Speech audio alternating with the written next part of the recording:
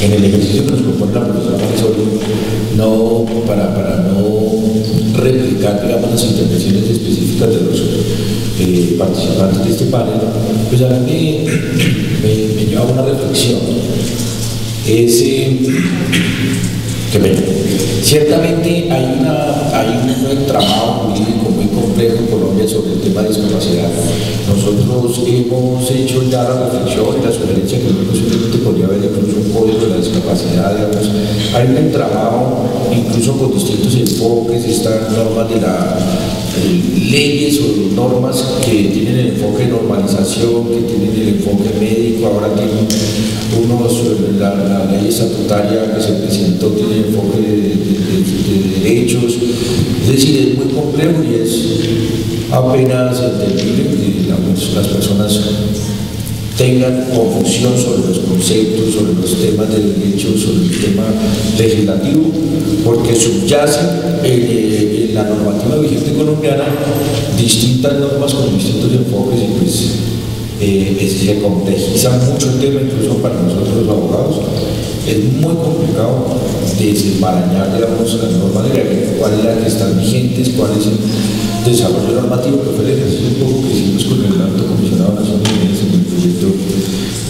de armonizar la convención con la legislación colombiana. En ese contexto me llama la atención, digamos, que no recuerdo si es muy grande, es una muy buena oportunidad, digamos, bien aprovechado el manual, que es, digamos, lo que nos concita aquí en esta reunión. Yo sé que, digamos, a veces hay posturas conceptuales diferentes, pero entiendo que todos estamos actuando de buena fe y con el mejor propósito del Ministerio de Salud de hacer este manual. Yo creo que justamente, digamos, este conversatorio, este panel, pues es con el propósito de poder encontrar, digamos, cuál sería el elemento común, el propósito del manual para que beneficie a la población con discapacidad. Lucas conceptúa, digamos, que para él, digamos, un manual per se en sí mismo no nos va a llevar al disfrute o al ejercicio efectivo de más derechos. Pero yo creo que definitivamente el manual tiene que servir para la calificación o el tema de la discapacidad. Eso es lo que estamos, en ese propósito estamos, de buscarle, digamos, una finalidad y digamos, un resultado efectivo que impacte positivamente en la población con discapacidad. Yo creo que la oportunidad es valiosa, tratemos de sentar, yo creo que definitivamente para fines prácticos tiene que servir para algo e impactar en la población el tema de todo este ejercicio de calificar o certificar la discapacidad, porque finalmente no tiene que, yo no lo consigo, digamos, como un ejercicio conceptual y que sea bonito para desarrollar el tema de discapacidad, sino que debe impactar en un ejercicio efectivo concreto de los derechos. Ahora, en esa medida, a veces estas oportunidades entre nosotros mismos, como nos pasó un poco con la ley del goce efectivo de los derechos, que posteriormente al viceministro que sonaba mucho a desolazados y prefirió cambiar a ejercicio efectivo, es decir, nos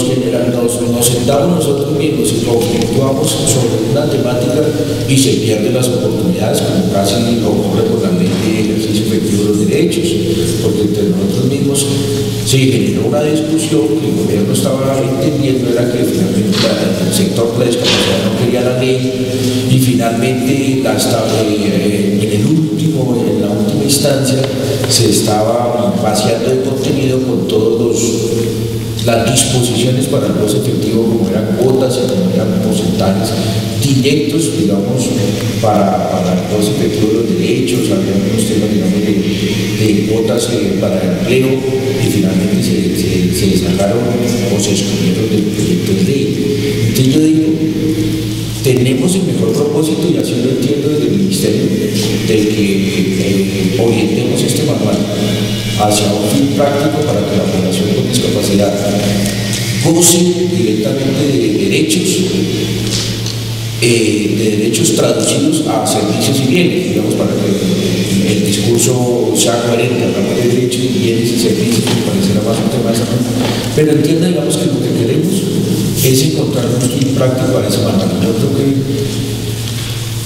El manual tiene que impactar positivamente en la población con discapacidad. Entiendo, digamos, que el manual no es un catálogo de derechos y que yo vengo aquí a reclamar, pero en últimas, el fin práctico de ese manual y el tema de la discapacidad, la calificación de la discapacidad, tiene que revertir en un goce efectivo, en un fin práctico para ejercer esos derechos de parte nuestra como población con discapacidad. Esa es como la reflexión luego de la intervención de las oportunas intervenciones de parte de ustedes. Gracias. Yo evidentemente estoy de acuerdo con que el manual o la certificación no sea la parábola a la cual cualquiera la pueda aportar y que vaya a solucionar los problemas. Yo siempre estaba de acuerdo con que es una herramienta necesaria para salvaguardar el cumplimiento de una obligación dependiente del ente al cual no vaya a recurrir. Si a mí me están negando prestar un servicio público de transporte, yo fácilmente puedo argumentar que el decreto 1660 del 2003 señala que la empresa de transporte no se puede obligar a prestar un servicio. Allí llegó la certificación, paso concurso copia del tránsito municipal, el departamental que corresponde, y ahí empieza la sanción. Yo lo veo como una herramienta necesaria para poder hacer valer los derechos. Entre otras cosas, porque tristemente en nuestro sistema, que fue lo que yo dije en nuestra intervención, no podemos pensar en que debe ser. Yo comparto de pronto un poquito lo que dicen otros compañeros en cuanto a que no debería requerirse esa certificación, pero desafortunadamente dentro de nuestro sistema, vuelvo y lo repito, se requiere.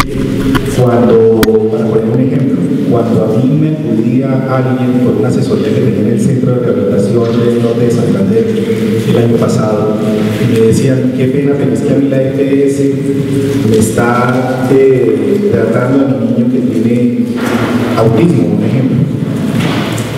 Me le están pagando las terapias por evento, me le están pagando un paquete integral.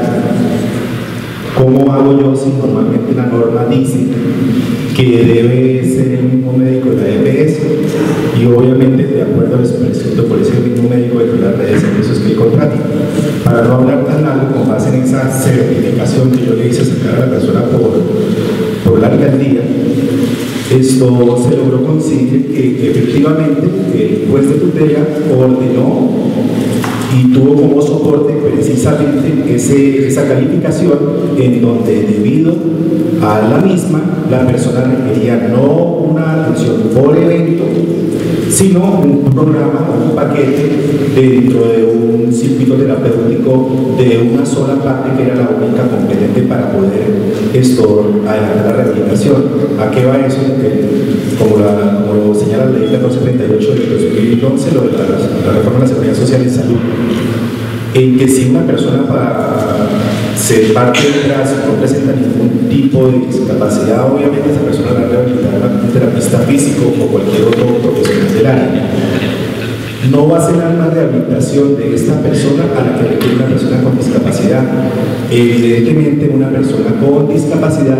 requiere algo integral, es decir, requiere acompañamiento de terapeuta ocupacional, físico, psicológico, es decir, un grupo interdisciplinario de profesionales que estén aunados y seguidos, cogidos de la mano, entre comillas, mirando hacia el norte, que fue lo que se puso en el caso concreto, y obviamente se ganó. A manera de otro ejemplo, cuando fui a Pamplona, que tenía una asesoría con desarrollo social de la gobernación, fueron a la reunión fueron dos jueces, una doctora y un doctor, y se me acercaron ya al final de la intervención y me dijeron, doctor, pero ¿cómo hacemos para nosotros? Queremos favorecer, pues me digo, jueces, queremos favorecer a las personas con discapacidad, pero no encontramos la vía jurídica para poderle otorgar lo que está por fuera, entre comillas, como decía el doctor mi compañero, que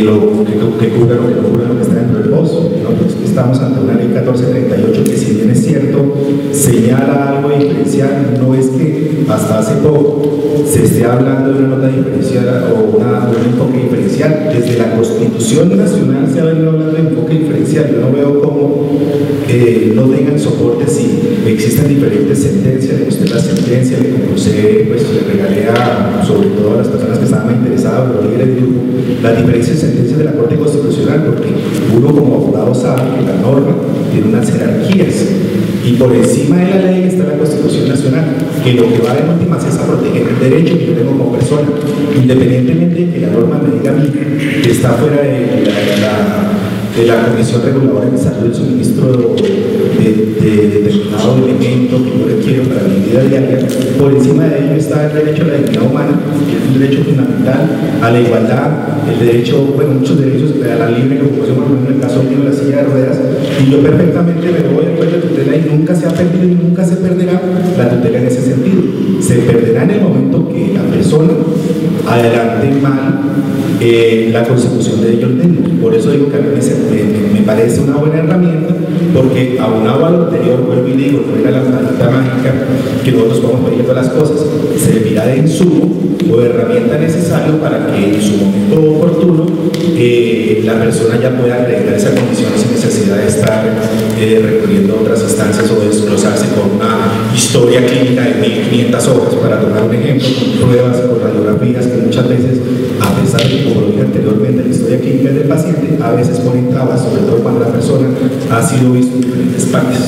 Gracias.